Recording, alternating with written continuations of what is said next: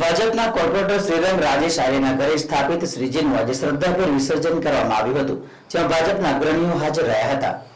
હાલ ગણેશ ઉત્સવની ધામધૂમપૂર્વક ઉજવણી ચાલી રહી છે, ત્યારે વડોદરા શહેરના પશ્ચિમ વિસ્તારમાં સુભાનપુરા ખાતે ભાજપના કોર્પોરેટર શ્રીરંગ રાજેશ આર્યના નિવાસસ્થાને પણ શ્રીજીની પ્રતિમાનું સ્થાપન કરવામાં આવ્યું છે। આજે આયરે પરિવારના રાજા બાપાના દર્શન માટે ભારતીય જનતા પાર્ટીના પૂર્વ શહેર અધ્યક્ષ ડોક્ટર વિજય શાહ અને નગર પ્રાથમિક શિક્ષણ સમિતિના ચેરમેન નિશિત દેસાઈ દર્શન માટે પધાર્યા હતા। શ્રીજીના દર્શન કરી નેતાઓએ ધન્યતા અનુભવી હતી।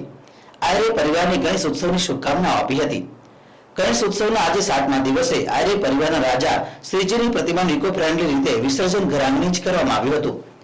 યુવા કોર્પોરેટર શ્રીરંગ રાજેશ આયરે, ભાજપ નેતા રાજેશ આયરે, પૂર્વ કોર્પોરેટર પૂર્ણિમાબેન આયરે, નગર પ્રાથમિક શિક્ષણ સમિતિના સભ્ય વિજય પટેલ, આયરે પરિવારના જીતેન્દ્ર આયરે, દીપક આયરે, રોનક આયરે, નિસર્ગ આયરે સહિત પરિવારે અનેક કાર્યકર્તાઓ ગણપતિ બાપાના મોરેના જયઘોષ સાથે પૂજન અર્ચન આરતી કર્યા બાદ ઘર આંગણે ઇકો ફ્રેન્ડલી વિસર્જન કરી બાપાને આવતા વર્ષે વહેલા આવો અને સૌ લોકોનું કલ્યાણ કરોની પ્રાર્થના કરી હતી। રોજ અમારા ઘર આંગણે અમારા ઘરની અંદર બાપા વિરાજમાન હોય છે। એ બાપાને 7 દિવસ સુધી પૂજા અર્ચના કર્યા બાદ આજના દિવસે બાપાનું વિસર્જન થવા જઈ રહ્યું છે, ત્યારે પરિવારના તમામ લોકો દર વખતની જેમ એકત્ર થઈને બાપાનું વિસર્જન કરવા અમે અમારા ઘર આંગણે જે વ્યવસ્થા કરી છે, મૂર્તિ તમે જુઓ કે ઇકો ફ્રેન્ડલી મૂર્તિના માધ્યમથી ઘરના પાસે જ વિસર્જન થાય અને તેની અંદર રહેલી જે માટી છે, જે એ પાણી છે, એ ઘરના કુંડાઓની અંદર અમે તેનો ઉપયોગ થાય, જેથી બાપાના આશીર્વાદ હંમેશા અમારા પર બન્યા રહે છે।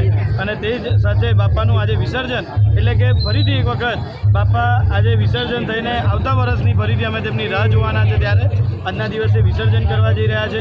અમારા સાથે તમામ અમારા જે પરિવારના લોકો છે આજના દિવસે જોડાયા છે, તો જે પણ લોકો આજના દિવસે અહીંયા આવ્યા છે તેમનો ખૂબ ખૂબ આભાર માનીએ છીએ।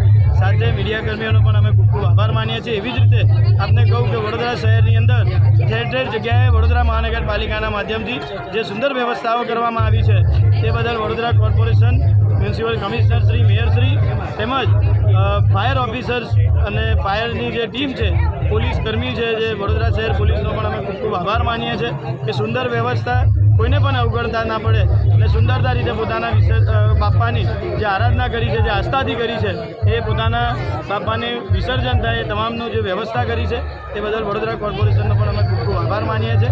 એવી જ રીતે આજના દિવસે અમારા ઘરના જે ગણપતિ બાપા છે તેમનું પણ આજના દિવસે વિસર્જન થવા જઈ રહ્યું છે, ત્યારે આવેલા તમામ જે લોકો છે તેમનો પણ અમે આભાર માનીએ છીએ અને બાપાને સદાય અમે પ્રાર્થના કરતા રહીશું કે વડોદરા પર આવેલી તમામ મુસીબતોને દૂર કરીને, કેમ કે પોતે વિઘ્ન હરતા છે, તમામ વિઘ્નોને હરીને વડોદરા શહેરને ફરીથી એક વખત તેમના આશીર્વાદથી અહીંયા તમામ જે આગળના શુભ કાર્યો થાય, જે શ્રી ગણેશાય થાય, એવા જ આજના દિવસે વિસર્જન કરી વડોદરા શહેર પર આવેલા તમામ દુઃખોને દૂર કરે બાપા, એવી પ્રાર્થના કરું છું। જય ગણેશ। વડોદરા મહાનગરમાં વર્ષોથી સામાજિક પ્રવૃત્તિના માધ્યમથી પશ્ચિમ વિસ્તારમાં જેમણે પોતાની એક અલગ છાપ ઊભી કરી છે, વિકલાંગોની વાત હોય, યુવાનોની વાત હોય, મહિલાઓની વાત હોય કે સિનિયર સિટીઝનની વાત હોય, હંમેશા જેમણે માત્ર ને માત્ર કામને અગ્રેસરતા આપી છે, એવા માન્ય શ્રી રાજેશભાઈ આયરે, જેમના પુત્ર અત્યારે વડોદરા મહાનગરપાલિકામાં પોતે કોર્પોરેટર તરીકે સેવા પણ બજાવે છે, એમના ઘરે આજે ગણપતિ દાદાના દર્શનનું અને આજે 7મો દિવસ છે એમના વિસર્જનનો પણ આજે લાવો મળ્યો છે। ત્યારે આ વિસ્તારના બધા જ ગણેશ મંડળોમાં જેમની સૌથી વધારે મદદ મળી છે, વિસ્તારના બધા જ ગણેશ મંડળોને પછી એમને પેવર બ્લોકની જરૂરિયાત હોય, એમને માટીની જરૂરિયાત હોય, એમને રેતીની જરૂરિયાત હોય, એમને કપચીની જરૂરિયાત હોય, એમને ગણપતિ દાદાની મૂર્તિની જરૂરિયાત હોય કે એમને પંડાલની જરૂરિયાત હોય, આ બધા જ પ્રકારની જરૂરિયાતો પૂરી પાડી અને આ વિસ્તારમાં જે એમણે હિન્દુત્વની કાયમ માટેની છાપ ઊભી કરી છે, એવા માન્ય શ્રી રાજેશભાઈ આયરેને એમના સમગ્ર કુટુંબને આજના આ ગણપતિના 7મા દિવસે ખૂબ ખૂબ શુભેચ્છાઓ આપું છું। પ્રિયા પુढच्या वर्षी लवकर या।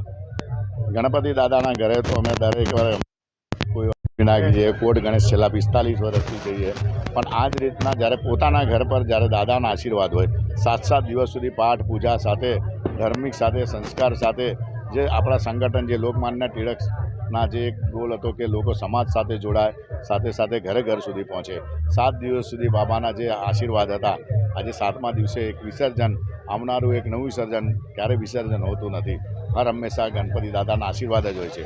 તો ફરી એકવાર આજના દિવસે સમગ્ર વડોદરા શહેરવાસીઓને અને ખાસ કરીને અમારી સાથે જોડાયેલા તમામ મિત્રોને અને વડોદરા શહેરવાસીઓને આજના દિવસે વિઘ્નહર્તા દેવ હર હંમેશા બધાનું વિઘ્ન ટાળે, બધાને સુખ સમૃદ્ધિ અને સ્વસ્થતા, એમને દરેકનું જીવન સારું રહે અને સ્વાસ્થ્ય સારું રહે, સમૃદ્ધિ આપે તેવી જ દાદાના ચરણોમાં પ્રાર્થના. ફરી એકવાર સમગ્ર આહિરે ફેમિલી તરફથી સમગ્ર વડોદરા શહેરવાસીઓને ખૂબ ખૂબ વંદન. જય ગણેશ, જય શ્રી. બાપાને ઘરના આંગણે આજે પધરામણી કરી રહ્યા છો, શું કહેશો? બસ દાદા છે, તમે વિસર્જન નથી, આ 12 માસ અમારા ઘરમાં જ રહેશે.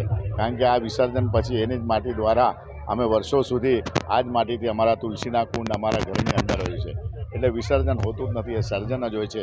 અને દાદા વગર તો કોઈ શુભ કામ કરી જ ના શકે.